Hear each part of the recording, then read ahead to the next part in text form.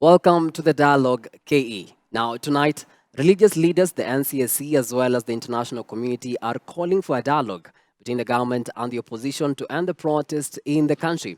The main question is who will bend first? Can this be achieved in the current political climate? You can join in on the conversation at Hope TV underscore KE on Twitter. The hashtag, as always, is the Dialogue KE.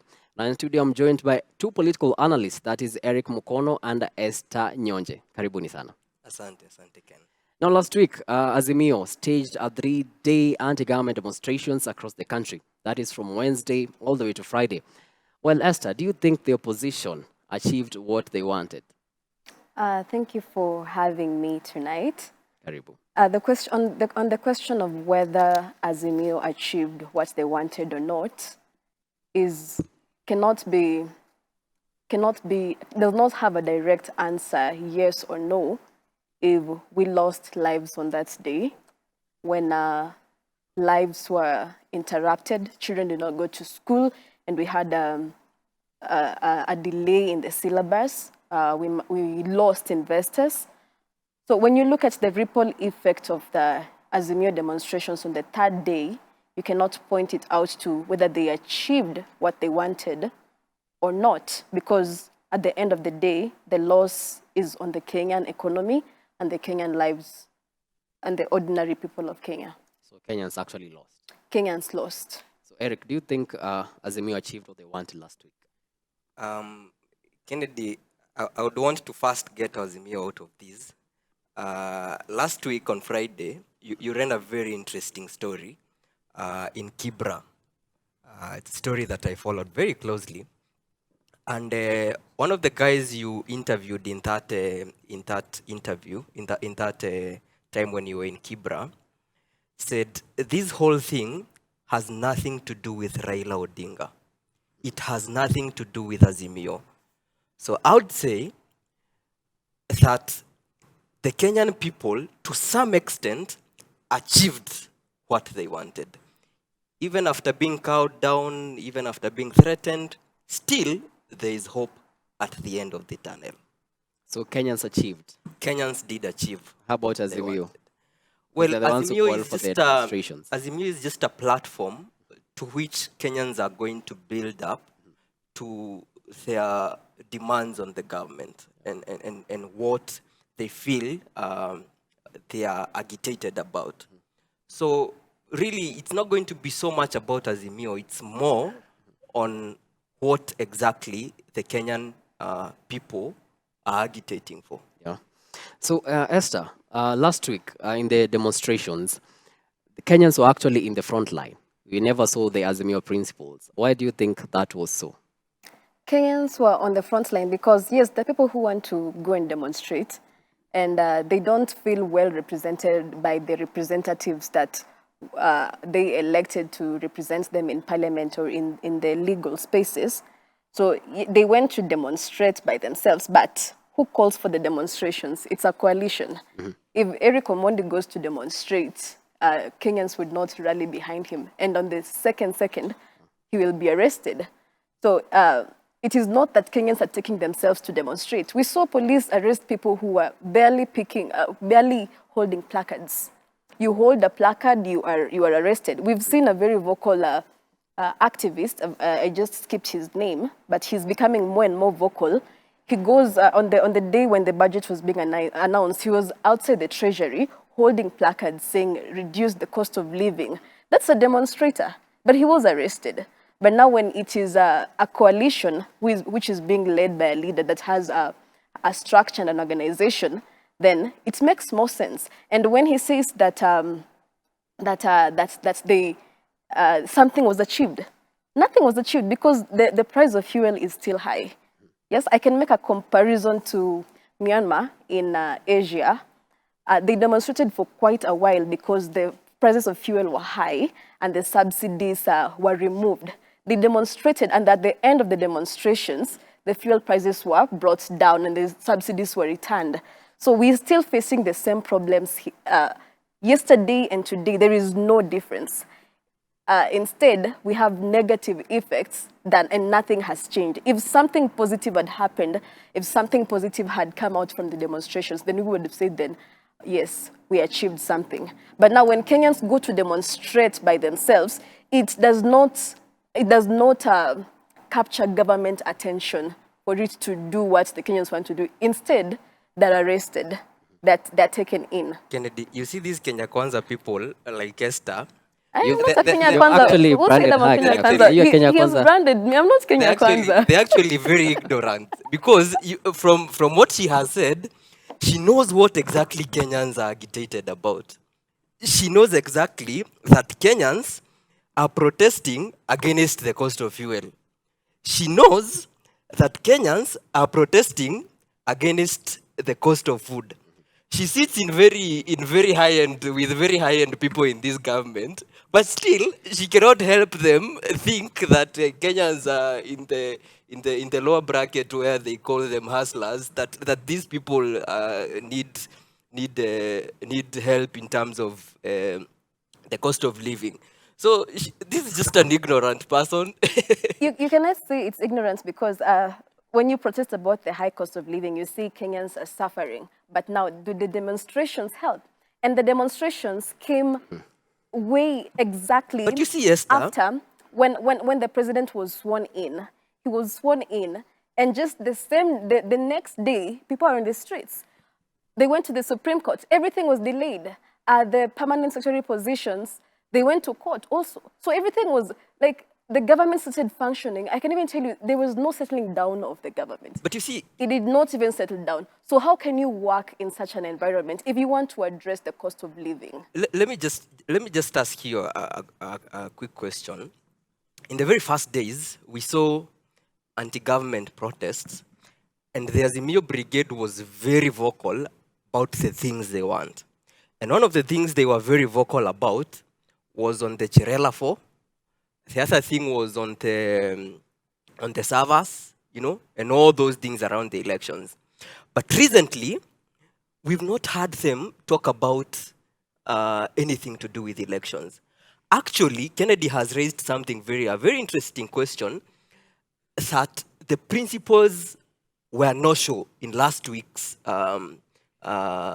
protest. And it is because you people wanted to arrest them, and Moses Kuria made it very Do clear not that use you people. Okay, but they have Eric, no power. let's They have no make power it to clear. arrest You have a right anyone. of reply. Are you part of the Kenya Kwanza brigade? I am not part of the Kenya Kwanza Brigade. Oh, okay, thank you so much. So, Eric, I'm a Needs political to analyst. come I in look here. at it and I dissect it in the way it's supposed to be dissected. If it is something to bring attention to, then bring attention to it. But I need also to also let her know that the protests that are currently staged by Azimio have nothing to do with the elections. Okay. That is why you didn't even without having the But principals they around, say you still had people coming up and protesting and Okay, saying let's that we need these issues tackled. Okay, let's move away from last week's demonstrations.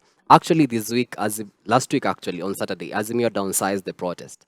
It's now on Wednesdays, but actually today, Azimio issued a statement this evening saying that they will not take part in the protest, but instead will take to the streets. They will hold solidarity parades and vigil for victims of police brutality in various locations in all parts of the country. Why do you think Azimio have actually downsized the demonstrations from 3 days to 1 day? Well, I wouldn't know because I'm not an organizer. I don't take part in their organizations. But now, looking at the demonstrations, as he has said, you are bringing out a question that you should have asked yourself. When the demonstrations started, they started with a different purpose. And then over time, it's now gaining different reasons. So I'm sure if we are going to have demonstrations by next month, we are going to have a different reason for a demonstration. Because we started with Cherera 4, we started with high cost of living, involvement in government, what else? Fuel and what? And now, It now, is because we can't have hungry people fighting for democracy. So when we have people full, now we can have people come and fight for their rights. And now, all right that. now, it is purely on the cost of living. And now, how can you deal with the cost of living with the demonstrations on the streets? Why don't you give? It's more reasonable to give government some time, and then after the time, now come and say that you did not fulfill what you wanted to say. Because you have to realize that as much as the president was out there saying in 100 days I will do this, we have to be smart enough to know that campaign language is different from administration when he's in that seat. And we also have to realize that that he was also inheriting something from someone, the continuity, the administration continuity. So he couldn't implement everything that he could. And there were so many disruptions also. He couldn't implement everything that he could in that time. So if it would be more reasonable if we were having these demonstrations next year, but not 10 months down the line. Next year. Eric, Yes. do you agree with Esther that we should have the demonstrations next year? No, no, in the no, government time? no. I don't. I think I don't agree with her, because she has raised a very seemingly valid point about the inheritance of the government, you know, and interestingly, these people. She asked me not to call them these people. Let me just call them Kenya Kwanza. Kenya Kwanza came in and told us that, see, we have inherited a very dilapidated government. And for us to get us to a point of bringing this country to where we want it economically, then we need to raise taxes and do all those things that you have seen done in the last few months, now headed to a year, when this government has been in power. But then I keep asking myself, who is the fool here? Is it the Kenyan people, or is it the government? Or who is making a fool of the other? Because days later, we get to see a government that somehow has acquired money, and from the dilapidated government that they inherited, now they have money to employ 50 CASs. Okay? They come and tell us, we want to cut down on the public expenditure. Okay? Using what they call something measures, austerity measures, you know? And they said that using these austerity measures, we would want to raise 300, is it 300 billion or 300 million, around that. But then still, we see these guys moving around with very high-end cars, in very huge motorcades, you know? I mean, we need to have a government that is responsible.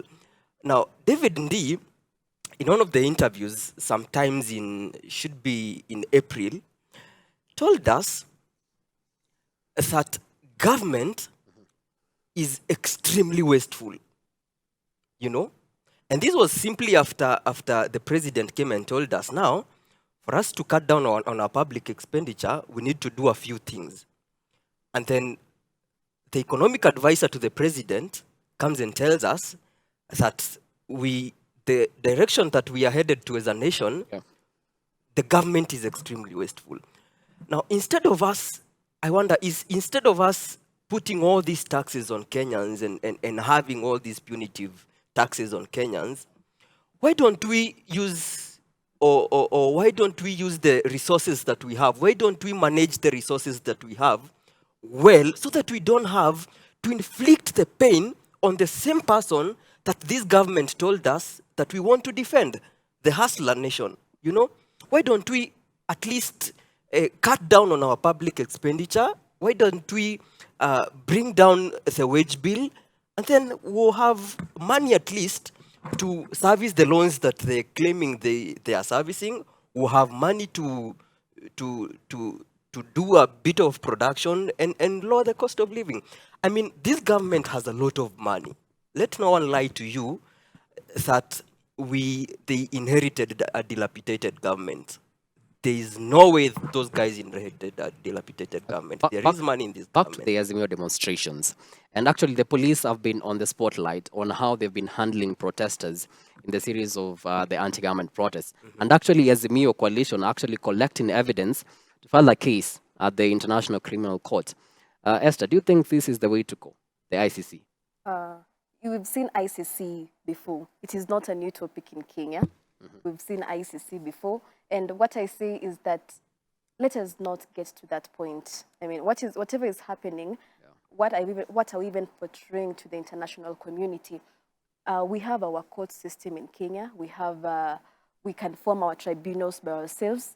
So why do we have to get to a point where the international community is again coming to get involved in our issues here as a country? So it is something that is repeating itself, and it's a sad state because what's happening can be easily solved by calling these two principles together to sit down and digging into the issues that are affecting us, knowing that our issues are affected by electoral injustices. We had the Kriegler report. Johan Kriegler was a South African, was he a Chief Justice? He had to come, form a commission, wrote a whole commission, wrote a whole report to review the electoral reforms. It has not even been implemented. So now why are we going back to the ICC? Call someone again to negotiate it. I mean, we don't have to get there. I feel the two principles, Raila Odinga and William Ruto were two equal competitors in the 2022 general elections. Because honestly, we are here because of the elections. And that is the problem with our country, Kenya. We are always, after every elections, we face the same problems. So we just need to note down the specific problem that we are facing. What is it? Electoral reforms. Let us not put so many issues under the carpet. Find something to ease the pain at that point, and then when we are faced again, the same disease crops up. So let us find tangible solutions to our own problems rather than even involving international community or involving outsiders. We can solve our own problems. We're an independent country and we have our own jurisdiction and constitution. Well, we've seen Interior CS time and again issue warning to the Azimio Brigade every time they're about to hold a protest. And actually today was no difference. He actually issued the same warning to Azimio, but however, Azimio have actually called off the protest on Wednesday. I want us to just listening to what the Interior CS Kithure Kindiki had to say regarding the Wednesday protests. Hakuna tofauti. Wanatatiza watu kule Nairobi. Ati sijui ni maandamano. Maandamano ni kupiga polisi na mawe, kuvunja duka, kuchoma barabara na kutatiza uchukuzi wa umma. I want to make it very clear that all people who are hiding behind politics to commit crime have a date with us and have a date with law enforcement officers. We are not suffocating any freedoms in this country, and that's why we will remain firm.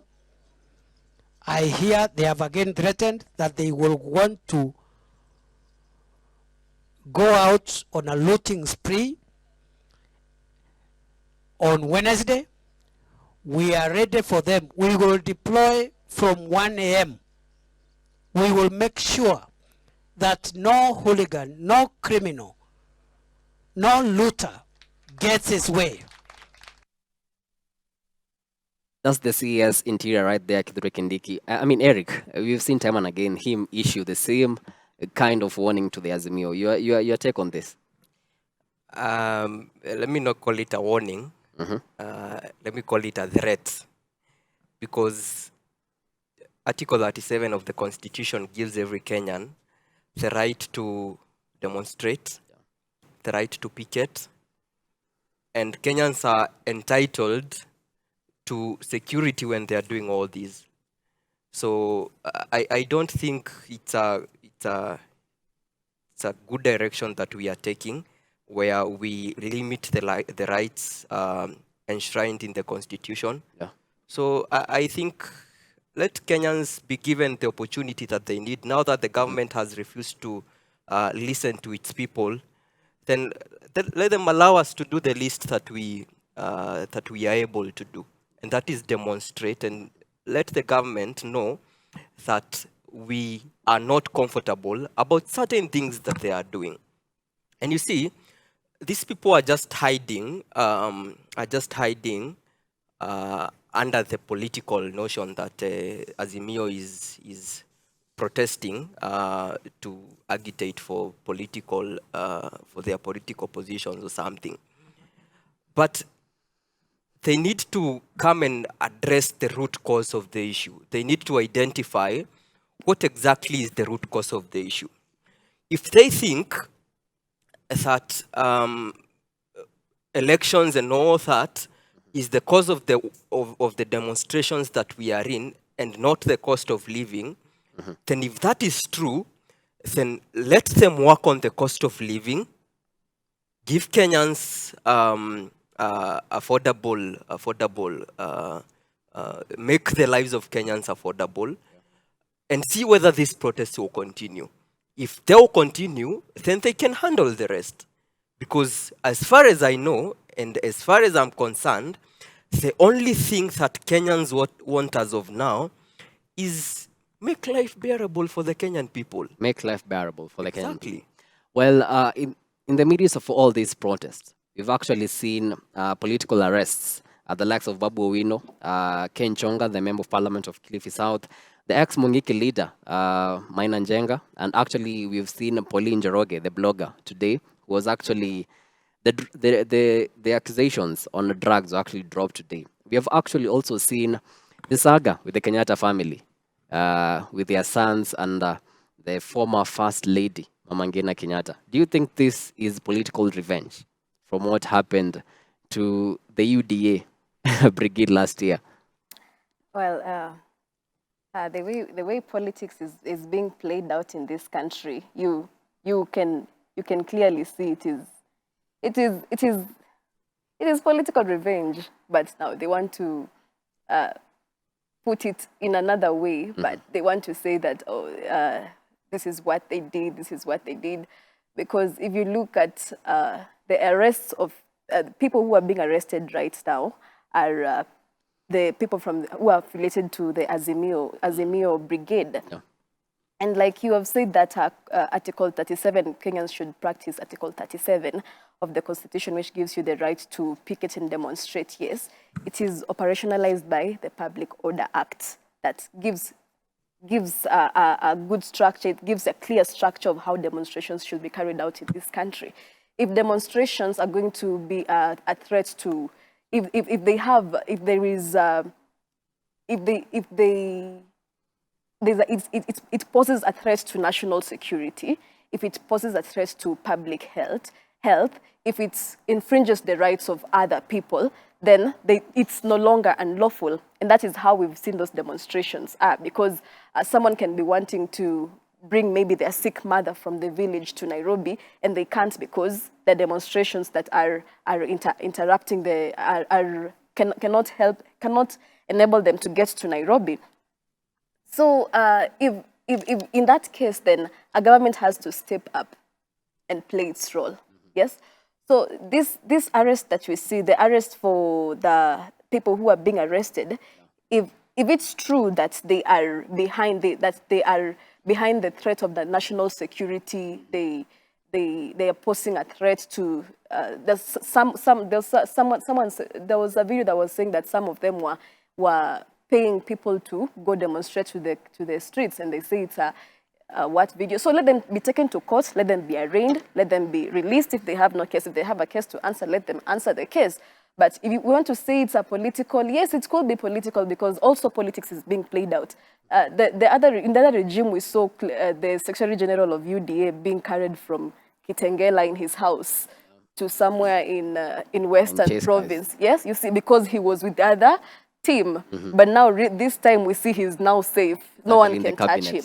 So, we want to say that, yes, this is what they're doing, but now that is how politics is being played out. So if there is the revenge issue with Uhuru Kenyatta, when Uhuru was president, you even saw Ruto saying, don't come for my children. So it's as much as we are talking about demonstrations and what, there's also the game of politics that is being played.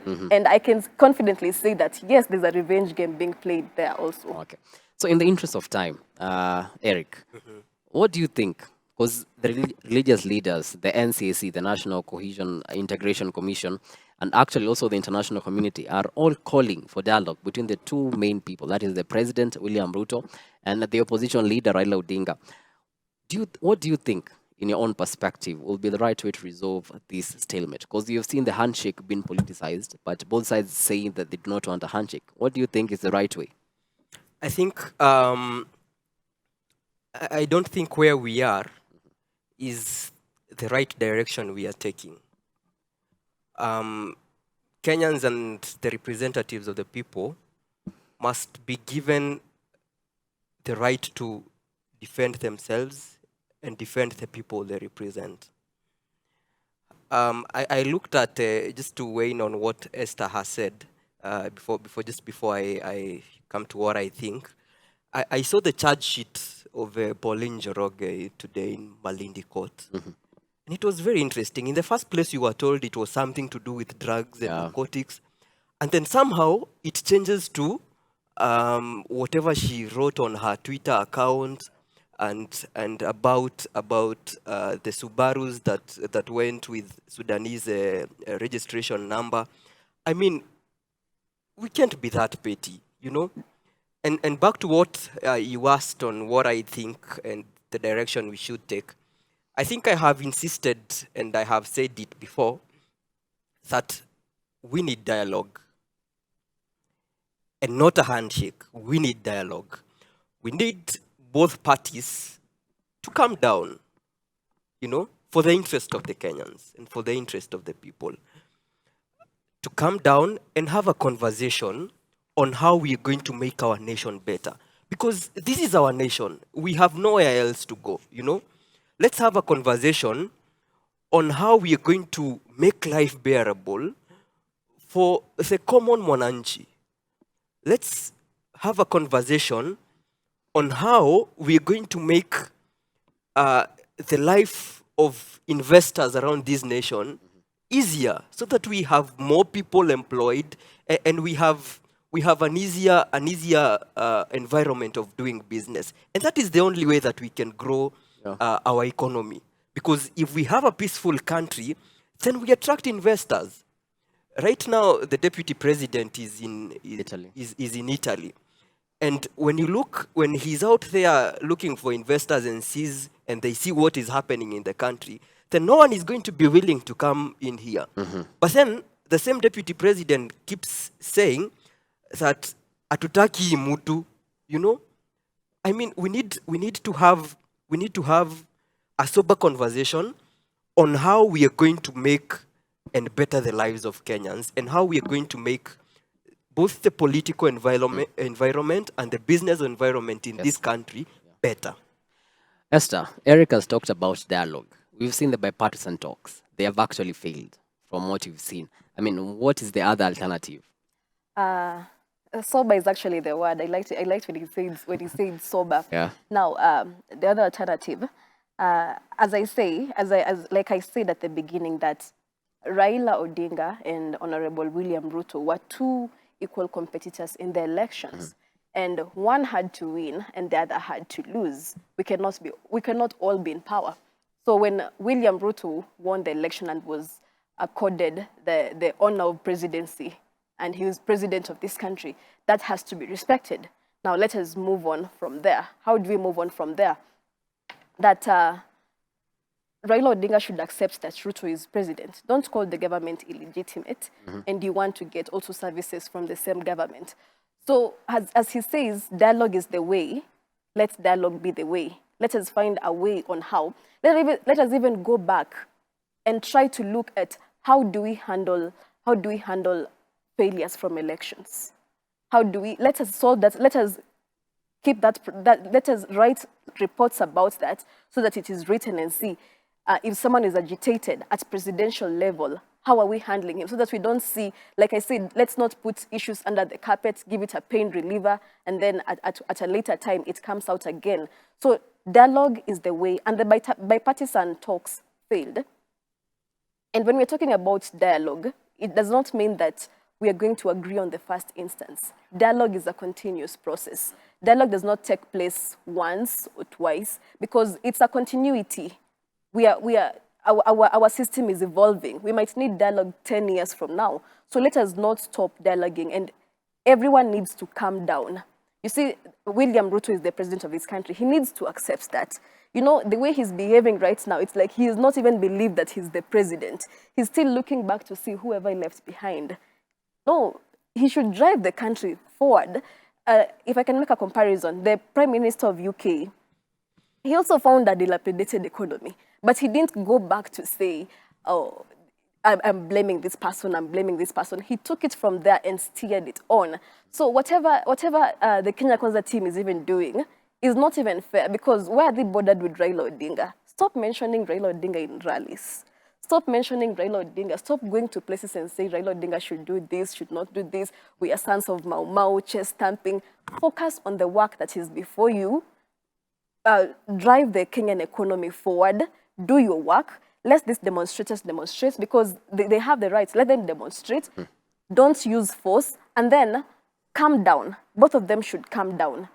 This chest stamping is what I have an issue with, because I feel like the government should take its place in governing the country and not being involved with politics and the affairs of the opposition. They have the numbers in parliament. They're passing the finance bill. They do whatever they want to do. So if the opposition is agitated, then they should find a way on how to work with the opposition. So the way forward after the bipartisan talks, when they failed, then here we need these two people, the two main perpetrators, to meet, because they're the core principles of all this.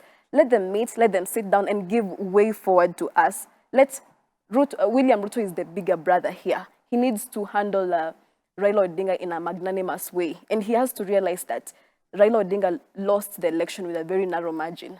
So he's also holding a better part of the country. And people are still feeling the pains of the election loss. You don't become so rude. You don't become insensitive to these people, because you are the president of this country and you're the symbol of national unity. What do? Calm down and say, my brother, I'm here. Let them sit in a room. Let them say, my brother, I'm here. I am the president of this country. You can make a phone call to the president and he can agree to meet you. He can agree to meet me. He can agree to meet you too. Why doesn't he reach out to Raila Odinga and say, my brother, come, we talk? We're not talking about power sharing, but how we're going to move forward. Don't you think that's a good idea? Actually, Kennedy, just before, she raised a very valid point on elections. And I wonder, or I just think to myself, is this the point where we revive the Building Bridges initiative? Because it had quite a very interesting thing and very important ways on how to deal with some of these elections. It's a valid question. Some very these election. So revive the things. BBI. I think it's a good point for Or us. other reports. If we have to have constitutional amendments, let us have the constitutional amendments. Let us just find tangible solutions. If the winner-take-it-all system is the problem, then the BBI had a proposal to handle the winner-take-it-all system. If that is going to solve the problem for future generations and not a handshake government to people say we want to give Raila something so that he can keep quiet. No, let us find, if we have to amend the constitution, if we have to amend sections of the constitution, if we have to get reports to solve the problems, then let us do it. Amazing remarks from you guys. I hope the president and the opposition leader are actually watching. As we conclude, maybe Eric, Yes. What would be your advice to both sides of the divide? My advice is simple. Let's have a conversation.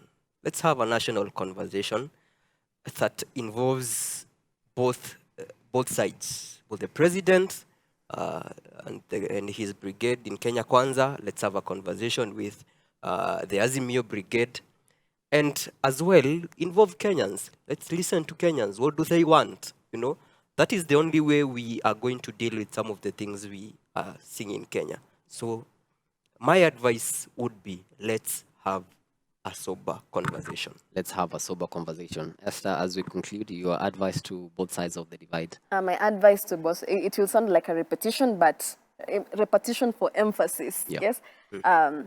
In this situation, like I said, before on that day that William Ruto reached out to Raila Odinga, he quoted Winston Churchill and he said that at this point, it is not a time to look at who is right or who is wrong. So when he reached out when he extended that olive branch, we were so happy. That's the same thing he should do. And he should not give up. If the bipartisan talks failed, let us find another solution. So my word of the advice to the president is that he should really calm down and know that he's the bigger brother here. No one is contesting his presidency. He's the bigger brother. So how is he going to handle this situation? And remember, these people are I don't want to say weaklings, but these people are the, let's say, distractors. No, but he should be the bigger brother. The bigger brother. Reach out to the other core principal and talk to him and tell him and ask him, now what, I'm listening to you. Give him a listening ear. And let us move on from there. If it doesn't work, let's keep on doing it and doing it again and again and again. But let us not get to a point where we are heading to a failed state. We are heading to where we were at 2007. It will be a sad state. Oh. And this can be solved just by the president reaching out to Raila Odinga. But we are not talking about power sharing. Exactly. We can have a conversation without talking about power sharing. And we can make so many recommendations. We can do so many things without power sharing. But let us have that conversation. All right, that's a very good point to end this debate, this discussion, this dialogue. The president should act as a bigger brother, because no one is actually contesting his presidency, as Esther said. Thank you so much, Esther and Eric, for your time. They have been our political analysts for the dialogue KE tonight, and many thanks to you for your time. We really appreciate the privilege of your time, and on behalf of the whole team that made this broadcast a success, have yourselves a blessed night. My name is Kennedy Kimani, and Fiona Wallace has been the sign language interpreter.